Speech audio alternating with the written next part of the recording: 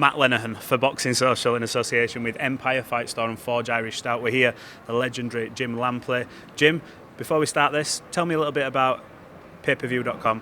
So it's ppv.com, not payperview.com. Okay. I've made that mistake within the organization, so I'm the first to be correcting. ppv.com is a new medium of communication by which fans can both absorb the analysis and interpretation of what's going on in the ring provided by Jim Lampley, Lance Pugmire, Dan Canobio, and Chris Algieri, all four of us feeding text into the computer, and the text shows up on your screen as you're watching the fight at home. You watch the fight at home, you see the live telecast, you listen to the commentators on the telecast, you see what Lampley and Algieri and Pugmire et al. Are saying on ppv.com, Dan Canobio, and if you have something to say about it, you type in, and you're a part of the chat stream too. So it's an interactive, cooperative group chat stream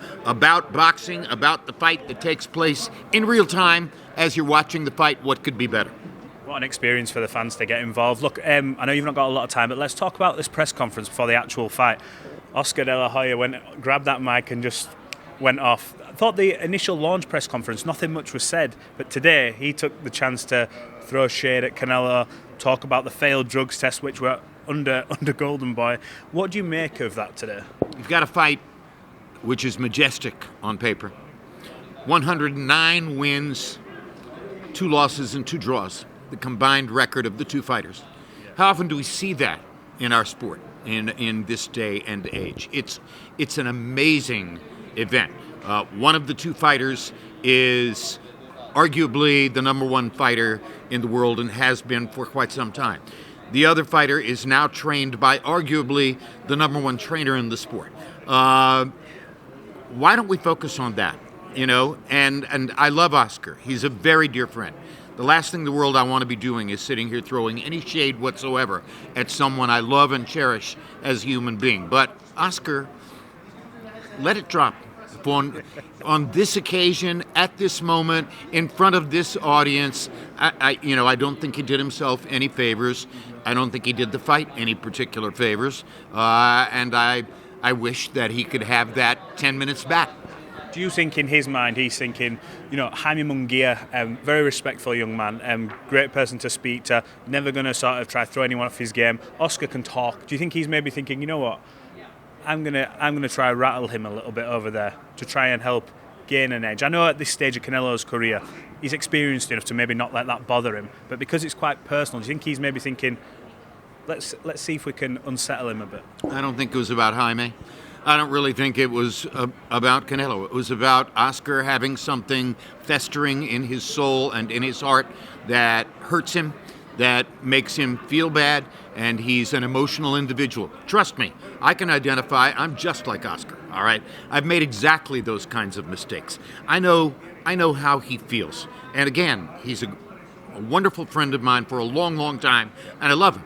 I just feel as though this was not the place, this was not the time, this was not an assistance to the promotion of a fight that's part of his business. Well, let's talk about the fight itself. You mentioned there the records of these two men. Terrific records. Canelo Alvarez goes down in history. He's got one of the best resumes you'll see in recent times. Talk about how you expect this fight to gel. Jaime Munguia's got a terrific engine, great gas tank. He likes to apply pressure. Canelo, the last sort of few fights, we've seen him become more of a considered approach. It's what you can see it tends to happen as the fighters get older and evolve. Talk to me about this fight. Stylistically, what can we see?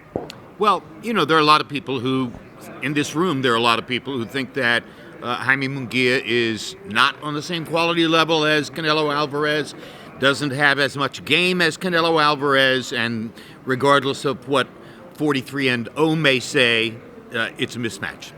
I like the fact that Jaime Munguia walked into Freddie Roach's gym, humbly and openly saying, I need your help. I need to be taken to a higher level if I'm going to win a fight against one of the greatest fighters in the world. I think there's enormous mystique and motivation on both sides in the Guadalajara versus Tijuana matchup.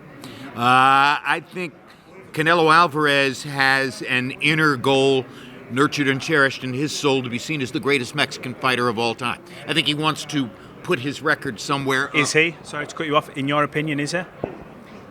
If he is, why is he still fighting?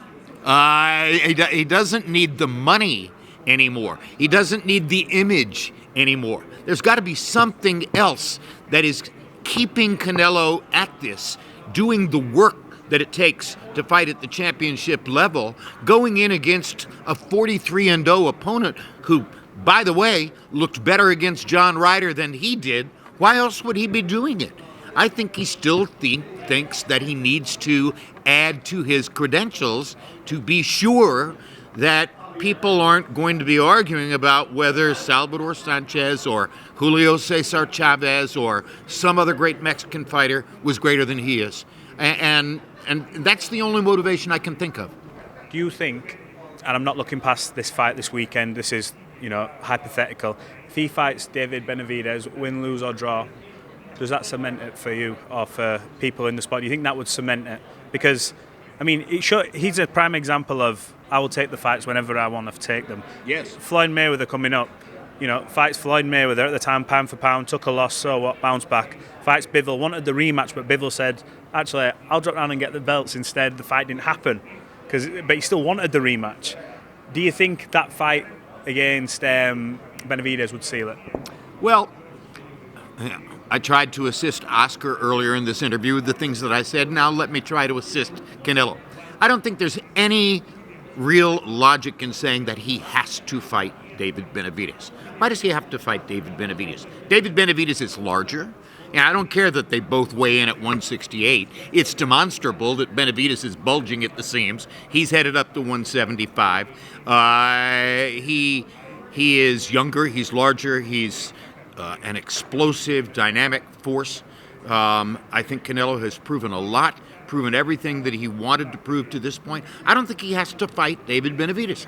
And I would push back against any boxing fan or boxing critic who said, if Canelo leaves the sport without fighting David Benavidez, he's penalizing fans or himself. I don't get that. To me, Canelo has done plenty. Yeah. And there's no rule that says he has to fight David Benavidez. Would I like to see it? Sure, it would be very interesting. But I think that Benavidez is just a larger human being, and he's a punching monster. 100%. Look, I know I saw that phone ringing. I know you've got things to do and it's 10 past. I appreciate your time, Jim. Thanks for catching up with us. It's a pleasure. Thank you. I appreciate it.